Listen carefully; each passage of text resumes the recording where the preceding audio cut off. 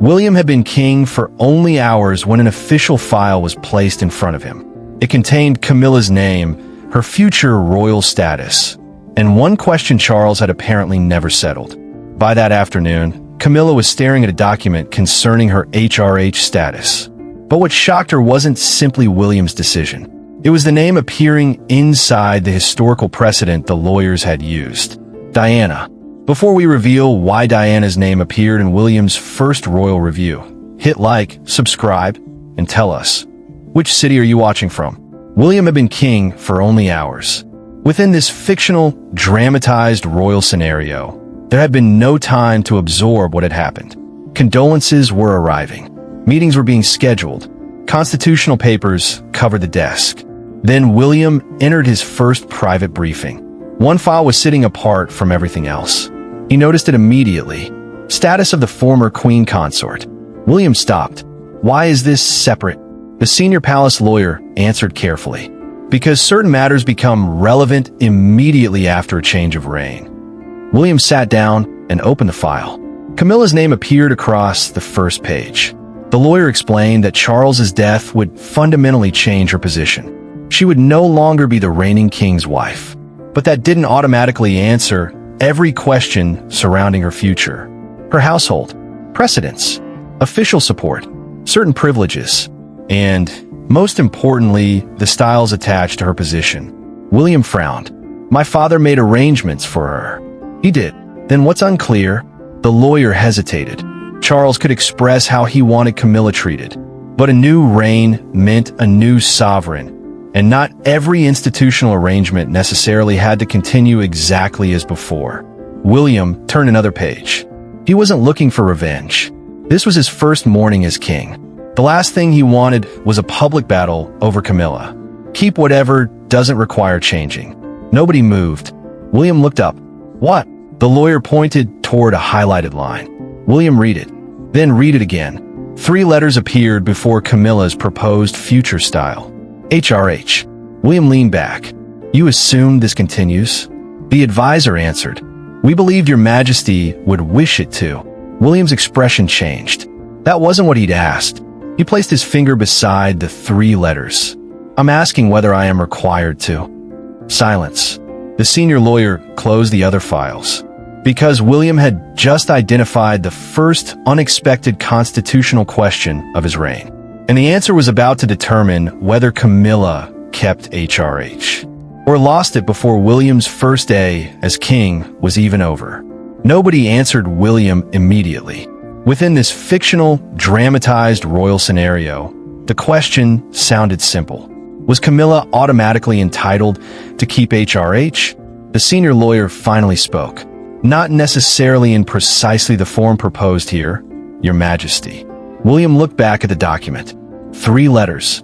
HRH. Small on paper, enormous in meaning. William wasn't questioning whether Camilla should be treated with dignity after Charles's death. That wasn't under debate. She had been his father's wife. She had served as queen consort. And William had no intention of turning his first hours as king into an act of personal humiliation. But he wanted to understand something else. What does HRH actually give her? The lawyers began separating the issues. A title was one thing. A style was another. Precedence was different again. Then came official access, household arrangements, security, and privileges associated with proximity to the sovereign. William interrupted. So removing one doesn't automatically remove everything? No, that answer mattered. William turned another page.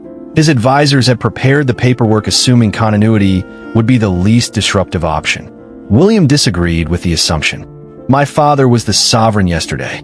He tapped the file. I am the sovereign today. The room went silent. William wasn't arguing that everything Charles had established should disappear. He was arguing that nothing should continue merely because questioning it would be uncomfortable.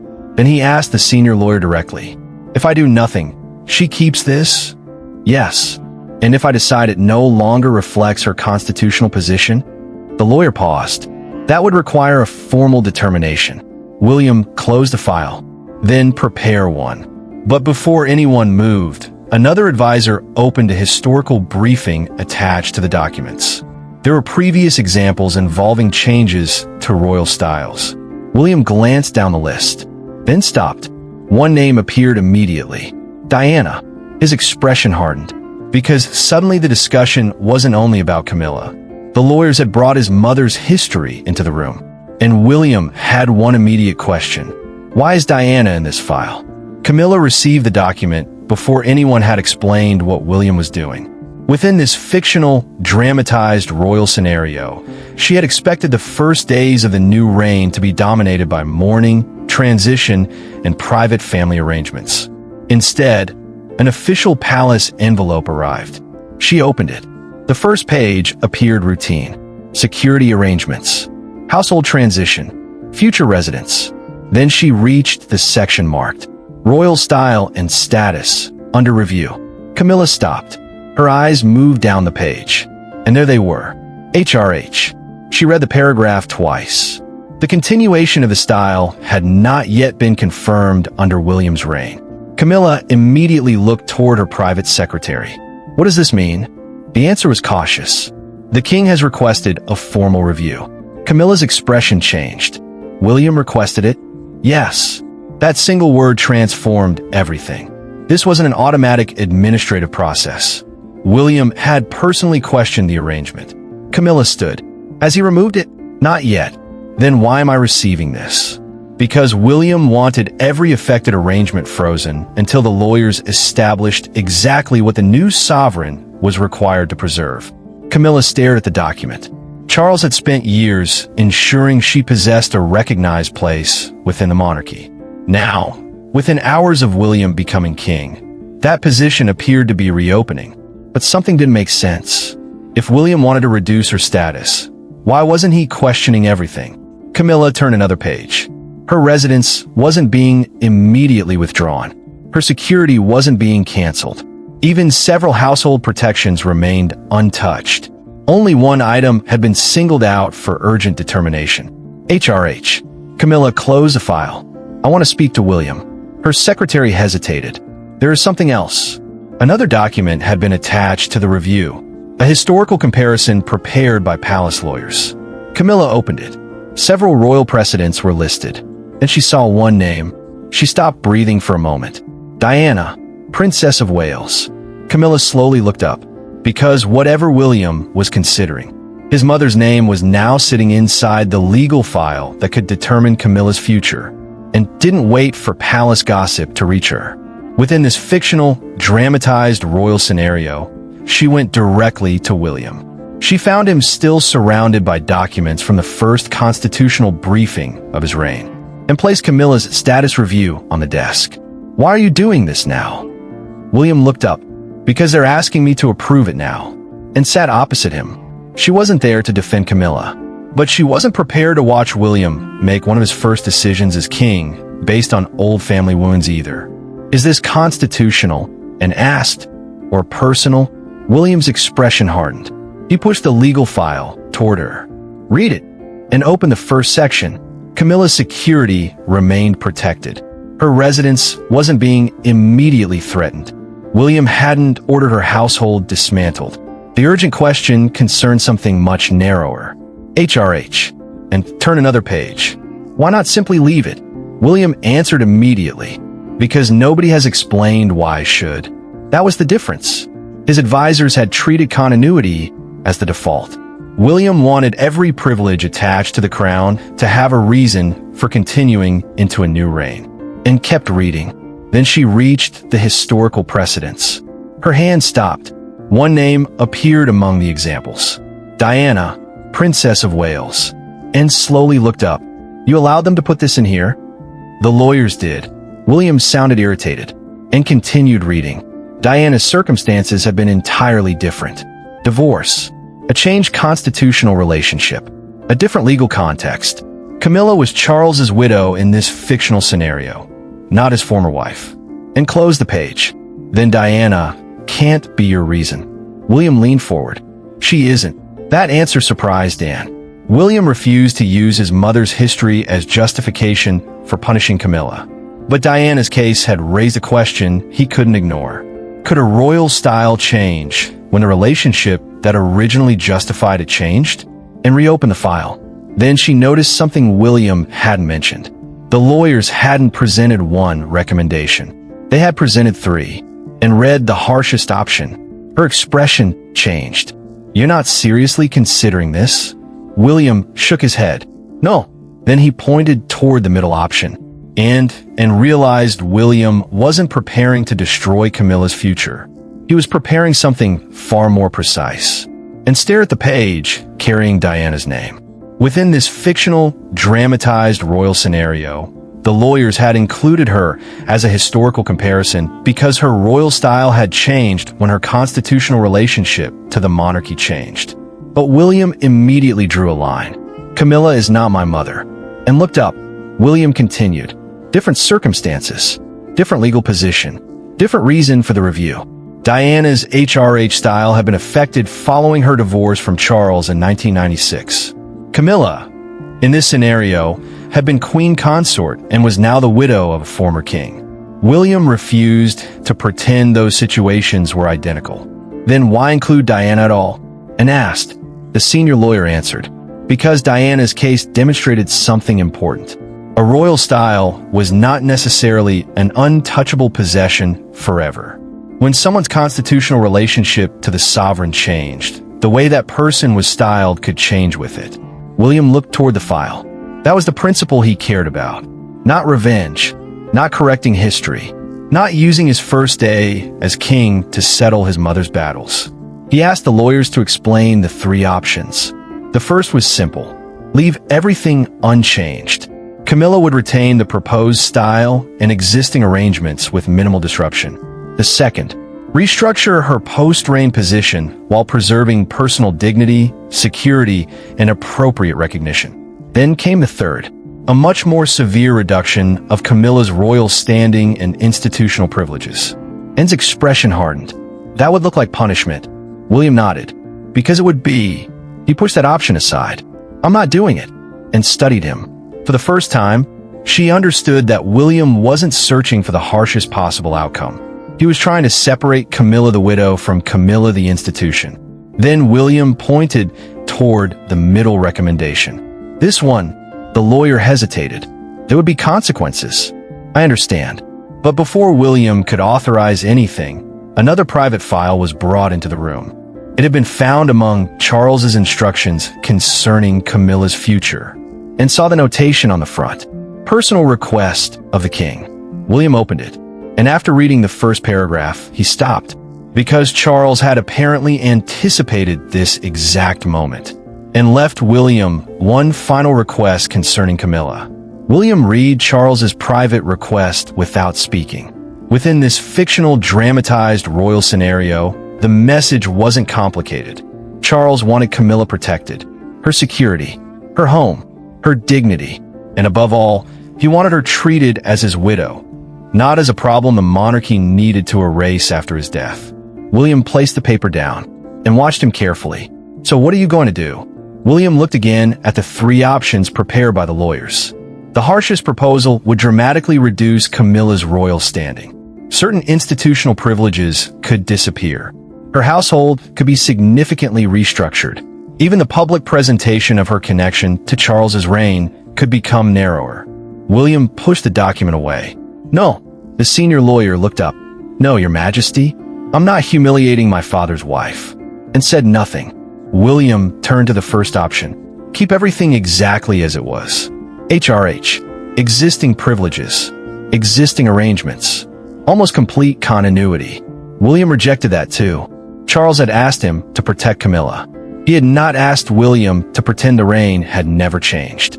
That left the middle option. Camilla would retain appropriate security. Her residence would remain protected. She would continue to receive the dignity expected for the widow of a king.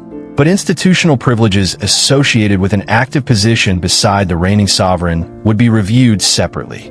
And HRH? William stared at those three letters. Prepare the order without it. The room went silent. And looked at him. You understand what people will say? William did. They would call it revenge. They would connect it to Diana. They would claim William had waited years for this moment. But William's answer was simple. Then they'll be wrong. Before the order could be finalized, an advisor entered. Camilla had received part of the review, and she wanted to see William immediately. What had she been told? The advisor hesitated. Only that Your Majesty intends to remove HRH. William closed his eyes. That was only half the decision, but it was the half Camilla had heard. And minutes later, she was already on her way to confront him, carrying Charles's private request in her hand.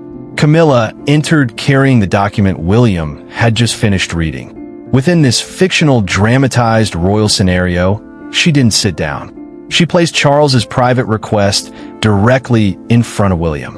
Your father knew this moment would come. William looked at the paper. I've read it. Then why are we having this conversation?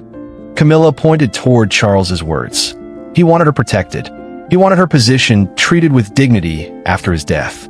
And he clearly feared that once William became king, everything surrounding Camilla could suddenly become uncertain. To Camilla, Charles's intention was obvious.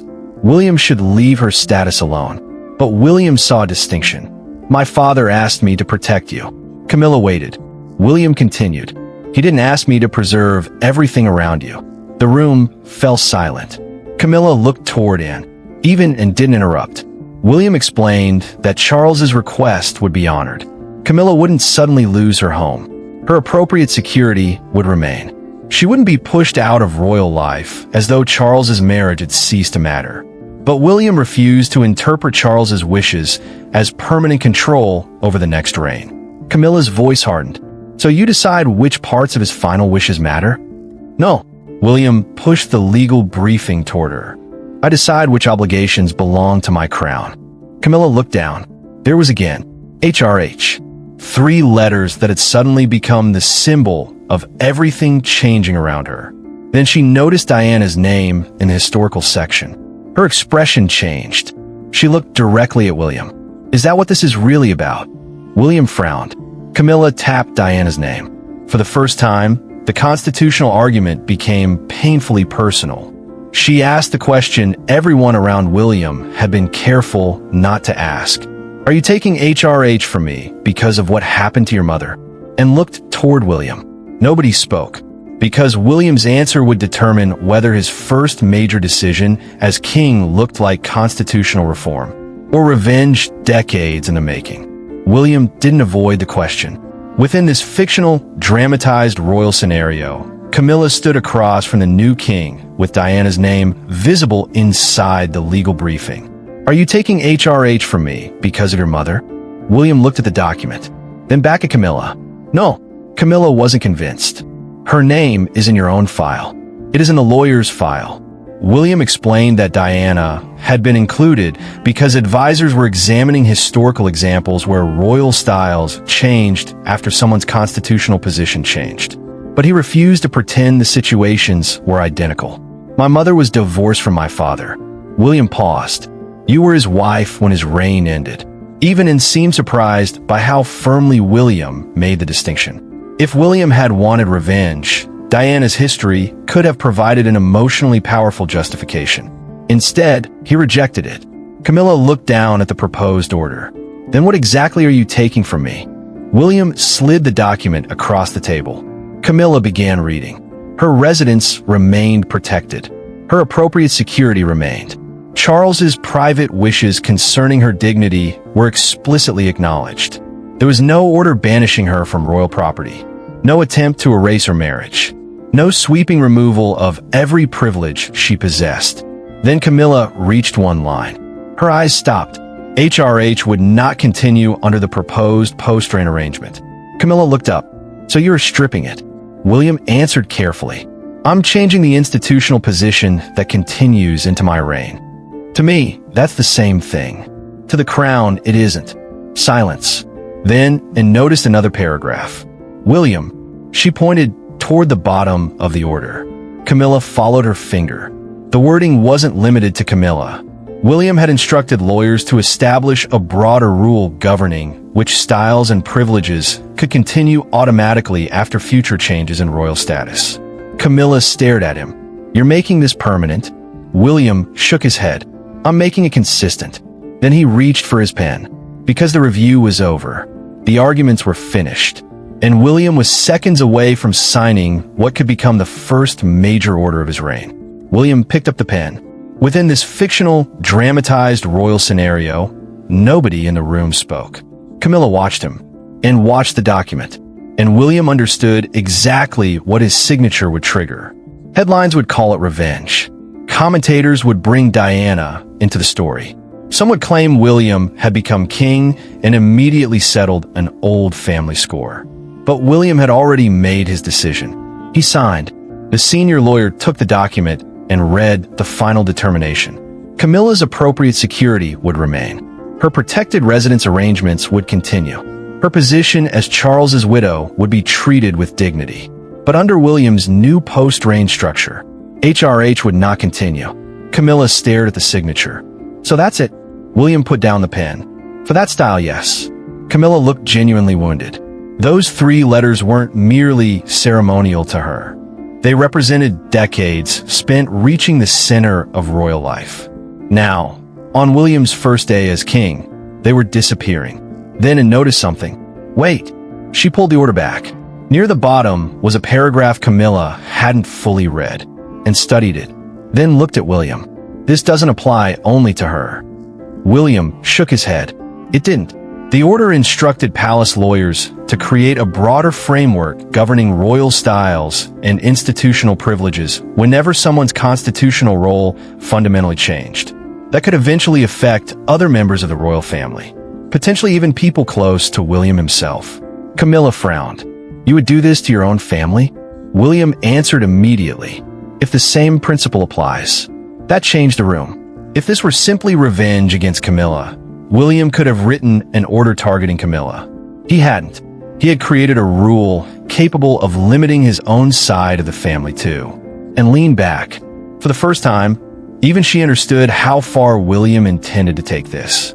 But Camilla had one final question. She looked at the signature, then directly at William. So what happens to me now?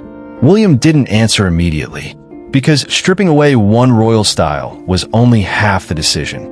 He was about to explain exactly what Camilla would still keep, and why Diana had never truly been the reason for the order at all. Camilla's question remained unanswered. What happens to me now? Within this fictional, dramatized royal scenario, William looked at the woman who had spent decades beside his father. Then he pushed the final document toward her. You remain part of this family. Camilla looked down. Her residence remained protected. Her appropriate security remained. Private staff arrangements would continue during the transition, and Charles's wishes that his widow be treated with dignity had been formally acknowledged. William had removed HRH in this imagined scenario. He had not erased Camilla. You think 3 letters are all this is about? Camilla asked. No. William paused. That's exactly why they matter. To William, the issue was larger than Camilla. A new reign couldn't simply inherit every privilege created under the previous sovereign without asking whether those privileges still serve a constitutional purpose. And finally understood the principle. Family was permanent. Institutional privilege wasn't. Then Camilla looked again at Diana's name inside the lawyer's historical briefing. What about her? William's expression changed. My mother has nothing to do with the decision. Diana's history had helped lawyers examine how royal styles could change. But William refused to turn his mother into a weapon. He wouldn't rewrite Camilla's position to avenge Diana, and he wouldn't preserve it simply because removing it might revive old arguments. Camilla closed the file. For perhaps the first time that morning, she understood what William was really saying. Charles had been allowed to protect the woman he loved. But Charles couldn't permanently dictate how the next king structured his crown. Then, and asked one final question. And when this principle reaches someone you love, William didn't hesitate. Then it applies to them too. Silence. That answer defined the moment. William's first major decision wasn't simply about Camilla. It established the boundary he intended to defend throughout his reign. Charles's promises would be respected. Camilla's dignity would remain. Diana's memory would not become a weapon. But the crown itself? William looked at the order carrying his first royal signature. That responsibility now belonged to him.